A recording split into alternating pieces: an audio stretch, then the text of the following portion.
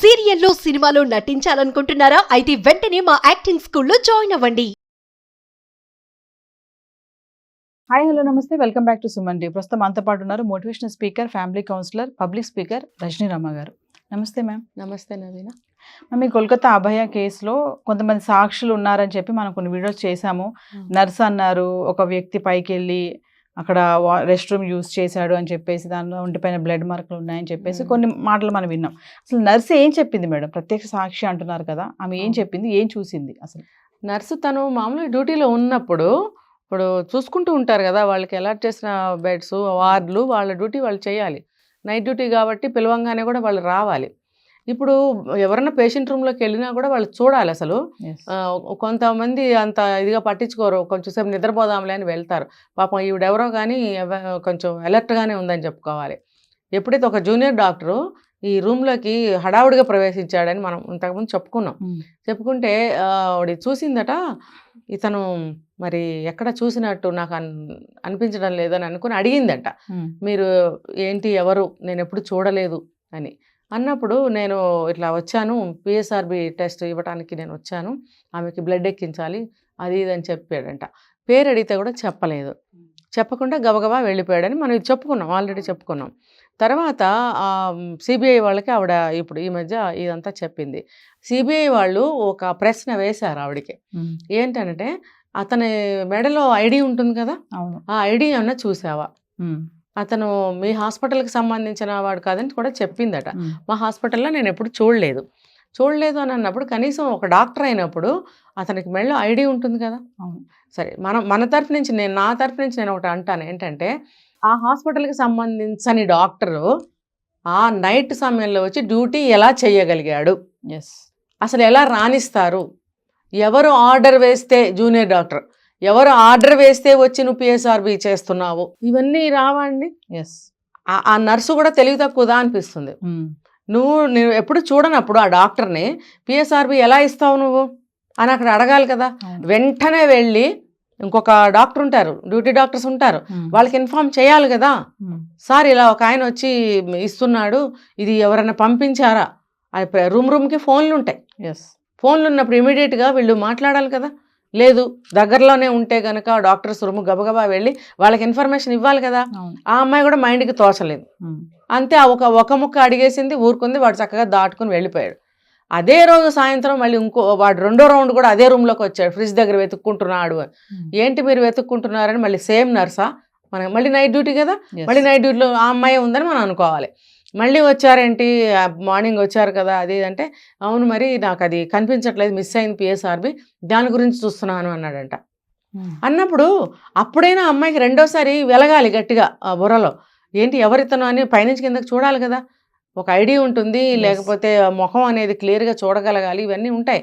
రెండోసారి అనేటప్పటికి అప్పుడు కూడా వదిలేసింది. తర్వాత తీరిగ్గా సిబిఐ వాళ్ళకి పైపై సమాచారం ఇస్తే ఎలా ఆ ముద్దాయిని పట్టుకుంటారా నేరస్తుండి? అటువంటి సాక్ష్యం ఏ రకంగా పనికి వస్తుంది? అమ్మాయి చూసింది ఏదో గట్టిగా చూడాలి. సిబిఐ వాళ్ళు ఆ అమ్మాయిని కూడా 4 పక్కల నుంచి క్వశ్చన్స్ వేశారు కూడా. వేస్తే కూడా వాళ్ళకి కావాల్సిన సమాచారం అమ్మాయి ఇవ్వలేకపోయింది అంటే ఎటువంటి డ్యూటీ చేస్తుంది అమ్మాయి? చెప్తే సరిపోయిందా? అలా వచ్చాడు, బ్లడ్ మార్కలు ఉన్నాయి, నేను మా హాస్పిటల్లో కాదనుకున్నాను, ఇవే కానీ అతనికి సంబంధించిన ఒక్క వివరం అన్న నీ దగ్గర ఉందా? ఒక్క డీటెయిల్ అన్న నువ్వు తీసుకోగలిగావా? ఆయన పేరు తెలీదు, ఐడి కార్డు ఉందో లేదో సరిగ్గా చూడలేదంటున్నావు, మెడలో అది ఖచ్చితంగా వాళ్ళకి అది కనిపిస్తూ ఉంటుంది ముందు, నీకు అది కూడా కనపడలేదు. ఎందుకంటే ఇప్పుడు నేనే చెప్తున్నాను, ఇప్పుడు ఎక్కడికైనా వెళ్తాను, ఎక్కడికి వెళ్ళొద్దు, ఎక్కడ పడితే అక్కడ ఐడీలు వేసుకుని తిరుగుతున్నారు ఇవాళ రోజున. సేల్స్ మెన్స్ దగ్గర నుంచి ప్రతి ఒక్కళ్ళు, పెద్ద పెద్ద సాఫ్ట్వేర్స్, డాక్టర్స్, ఏ జాబ్ చేసినా వాళ్ళకి ఒక ఐడి కార్డు అనేది ఖచ్చితంగా ఉంటుంది. నా అలవాటు ఏంటో తెలుసా, ప్రతిదీ చదవడం అనేది నాకు అలవాటు. ఆ ఐడి ఖచ్చితంగా చూస్తాను. తర్వాత నేను మా అవసరం లేకపోతే మనం గుర్తుపెట్టుకోం, కానీ రికలెక్ట్ చేసుకుంటే మనకి గుర్తొస్తాయండి. ఆ పేరేంటి, అతను ఏ స్టేట్ వాడో నేను ఆ పేరుని బట్టి చెప్పగలను. నాకు ఆ క్యూరియాసిటీతో నేమ్ చూస్తాను నేను, ఇతను ఎక్కడి వాడు, ఆ అమ్మాయి ఎక్కడిది అంటే వాళ్ళ పేరుని బట్టి ఫలానా స్టేటు, ఫలానా జిల్లా అని నేను ఐడెంటిఫై చేయటం నాకు వచ్చు. కాబట్టి వెంటనే ఆ ఐడి చూడటం అనేది నాకు అలవాటు. అటువంటిది నిత్యం నువ్వు ఒక గవర్నమెంట్ డిపార్ట్మెంట్లో వర్క్ చేస్తున్నప్పుడు నువ్వు ఐడి చూడవా? చూడాల్సిన బాధ్యత నీకు ఉంది కదా. అలా నైట్లో ఒకడు వచ్చి అలా ట్రీట్మెంట్ ఇస్తున్నప్పుడు ముక్కు మొహం తెలియనోడని నీకు అనిపిస్తున్నప్పుడు ఐడి చూడొద్దు. మినిమం స్పృహ అండి ఇది, మినిమం స్పృహ. ఆ మనిషిని నేను చూడలేదు, ఎవరు అని ఐడి చూస్తాం ఎవరైనా, అది చూడలేదు. తర్వాత ఇంకొక డాక్టర్ కూడా, జూనియర్ డాక్టర్ కూడా ఇందులో షామిల్ అయ్యాడని చెప్పి మనకు తెలుస్తుంది. అంటే ఇప్పుడు ఈ నేరస్తుడు మనం ముందు చెప్పుకున్నాం, మళ్ళీ ఇప్పుడు చెప్పుకుంటున్నాం, ఇది మొదటి జూనియర్ డాక్టర్. ఇంకొక జూనియర్ డాక్టర్ కూడా ఇందులో ఉన్నాడని చెప్పి మనకు చెప్తున్నారు. ఇప్పుడు 2 సాక్షులు దొరికారు. చూద్దాం మేడం, ఇంకా ఎంతమంది సాక్షులు వస్తారు ఇందులో, మరి రోజుకి ఒకరు చెప్తున్నారు, మనం కొత్త వార్తలు వింటున్నాం. వీళ్ళిద్దరూ కూడా బాత్రూమ్ లో స్నానం చేసినట్టు మనకు తెలుస్తుంది. అంటే వీళ్ళు ఆ నేరంలో పార్టిసిపేట్ చేసిన నేరగాళ్ళ ఇప్పుడు ముందుగానే వీళ్ళకి సూచనలు ఉంటాయి, ఇండికేషన్స్. మీరు ఏది జరిగినా సరే, ఏది వాష్ చేయాలన్నా సరే, ఏది రిమూవ్ చేయాలన్నా సరే, మీరు ఏది చేయాలన్నా అక్కడికి వెళ్ళండి ఆ బాత్రూమ్ లోకి అని ఇది ప్లాన్ లో ఒక భాగం. ఎందుకంటే తర్వాత రెనోవేట్ చేయాలి, కూలగొట్టాలి అనేది ప్లాన్ లో ఒక భాగం ఉంది. కాబట్టి మీరు ఏం చేయాలన్నా, ఏది కడగాలన్నా, ఏది మార్చుకోవాలన్నా, స్నానం చేయాలన్నా, తలదూకోవాలన్నా అక్కడికే పోండి. 2 వెంట్రుకలు రాలినా కూడా మీకు అది సాక్ష్యం దొరుకుతుంది. ఎందుకంటే డిమాలిష్ చేసేస్తాం కాబట్టి మీ సాక్ష్యాలు దాంతో పాటే డిస్ట్రాయ్ అయిపోతాయి, మీరు అక్కడికే చావండి అని చెప్పి ముందుగానే వాళ్ళకి ఇండికేషన్స్ ఉన్నాయి. కాబట్టి ఈ జూనియర్ డాక్టర్స్ ఇద్దరు కూడా అక్కడికే వెళ్ళి స్నానం చేశారు. మనకు తెలిసింది ఇద్దరే, ఇంకా ఎంతమంది అక్కడికి వెళ్ళి తగలడి ఏమేమి చేశారో మనకు తెలియదు. ఎందుకంటే క్రైమ్ చేయాలనుకున్నప్పుడు ఖచ్చితంగా స్కెచ్ వేసుకుంటారు. ఒక్క సాక్ష్యాన్ని అక్కడ ప్లాన్ లో భాగంగా డిస్ట్రాయ్ అక్కడ చేయాలనుకున్నారు కాబట్టి వీళ్ళు ఇద్దరు కూడా ఆటోమేటిక్ గా అక్కడికే వెళ్ళారు. లేకపోతే జూనియర్ అవనివ్వండి, సీనియర్ అవనివ్వండి, ఏ డాక్టర్ అయినా వాళ్ళకి సంబంధించిన ప్లేస్కి వెళ్ళి హ్యాండ్ వాష్ చేసుకుంటారు. వీడు స్నానం చేయాల్సిన అవసరం ఏంటి? నువ్వు ఎంత ఆపరేషన్ చేసావు, నువ్వు థియేటర్ నుంచి వచ్చినప్పుడు రక్తం అంటుకుంటుంది, కాదనట్లేదు. వాడు ఇక్కడికి వెళ్ళి ఎవడు స్నానం చేయడే. ఆ యాప్రెన్స్ తీసేస్తారు, అక్కడ వదిలేస్తారు, గ్లౌజ్ తీసేస్తారు, గౌన్ తీసేస్తారు, వాళ్ళ డ్రెస్ ఏదో ఉంటుంది చేంజ్ చేసుకుని బయటకు వస్తారు. ధైర్యంగా వస్తారు, వాళ్ళు విజయ గర్వంతో వస్తారు. సెమినార్ హాల్ పక్కన అక్కడికే పర్టికులర్ గా వెళ్ళారు. చూడండి, అంటే ప్లాన్ లో ఒక భాగం. మీరు ఏదైనా అక్కడ తగలబడి అక్కడ చావండి అని చెప్పి ఇండికేషన్స్ ఉన్నాయి వీళ్ళకి. సో అక్కడికే వెళ్ళారు. ఓవరాల్ గా అంటే మనము చేసే వీడియోస్ కి కొన్ని కామెంట్స్ కూడా వస్తున్నాయి, కొంతమంది స్పందిస్తున్నారు. అంటే ఎందుకు చేస్తున్నాం అంటే విషయం చెప్పాలి, దీని నుంచి కొంచెం అవగాహన రావాలి, కొంచెం భయం కూడా ఏర్పడాలి. అలాంటి మనస్తత్వం ఉన్న వాళ్ళకి కానీ, ఆడపిల్లకే కానీ, అమ్మాయి, ఎందుకంటే ఇందులో అబ్బాయిలు ఉన్నారు, అమ్మాయిలు కూడా ఇన్వాల్వ్మెంట్ ఉన్నారని మనం అనుకున్నాం, చూసాం కూడా. లేడీ డాక్టర్స్ కూడా ఉన్నారని చెప్పి, అదే అబ్బాయిలు అనొద్దు, మనం ఆడపిల్లలు కూడా అలా ఉన్నారు. కొంచెం క్రూయల్ మెంటాలిటీ, అలా డేంజర్ మెంటాలిటీ. కొంచెం ఒకరు బాగా చదువుతున్నా, ఒకరు పైకి వెళ్తున్నారు, అసూయ. ఒకళ్ళు మళ్ళీ లేకపోతే ఇప్పుడు లవ్వర్స్ కూడా ఉన్నారు అందులో, ఎవరైతే గ్యాంగ్ అందులో 2 లవ్వర్స్ కూడా ఉన్నారు. ఏమో అక్కడ ఈ అమ్మాయి మరి ఈ అమ్మాయిని వాడు ఇష్టపడుతున్నాడని ఏమో అనుకుంటుందా ఏంటి, ఇలాంటివి కూడా ఉంటాయి. ఈగోస్, ఇవన్నీ కూడా ఈగోస్ కూడా చూడొచ్చు. సో అలాంటి అవేర్నెస్ కోసం మనం ఇవన్నీ చేస్తున్నాం. మరి పబ్లిక్ మీరు ఏమైనా చెప్పాలనుకుంటున్నారా? పబ్లిక్కి మనం చెప్పకనే మనం చెప్తూనే ఉన్నాం రోజు. వాళ్ళు ఏంటంటే వీళ్ళు కామెంట్స్ పెడుతున్నారు, బాగుంది, జస్టిస్ కావాలి. జస్టిస్ మీకు కావాలంటే ఎక్కడి నుంచి వస్తుంది? మీరు ఎందుకు పోరాడరు? మీరు కూడా పోరాడండి. మీ వంతు వ్యతిరేకతని, నిరసనని మీరు వ్యక్తం చేస్తున్నారా? ఈ ఒక్క కామెంట్ పెడితే సరిపోతుందా? చాలదండి. ఇప్పుడు మేము ఇన్ని నెల రోజుల నుంచి నాకు థ్రోట్ ఇన్ఫెక్షన్ కూడా వచ్చింది.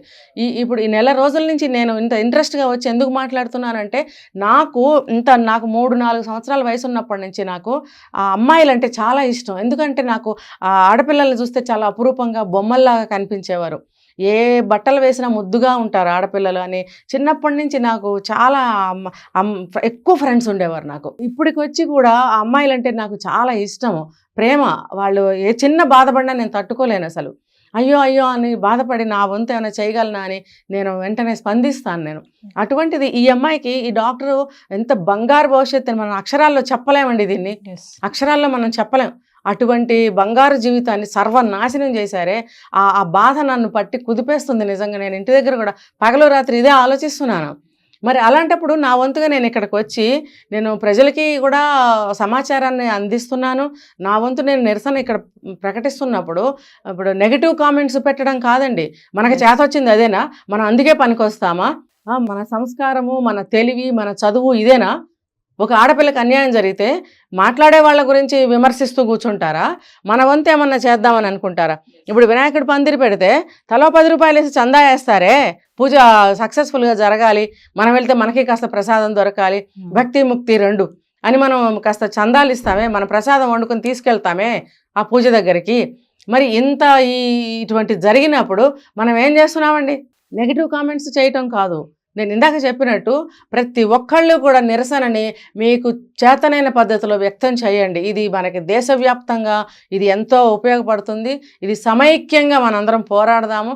నా గొంతుతో మీరు కూడా కలపండి. మీ గొంతుని కానీ మీ వాక్కుని కానీ ఇంటి దగ్గర మీరు కాస్త ఏదైనా నిరసన వ్యక్తం చేస్తే ఒక చిన్న ఫోటో తీసి సోషల్ మీడియాలో పెట్టండి. తప్పేమీ లేదు. మీరు మంచి చేస్తున్నారు.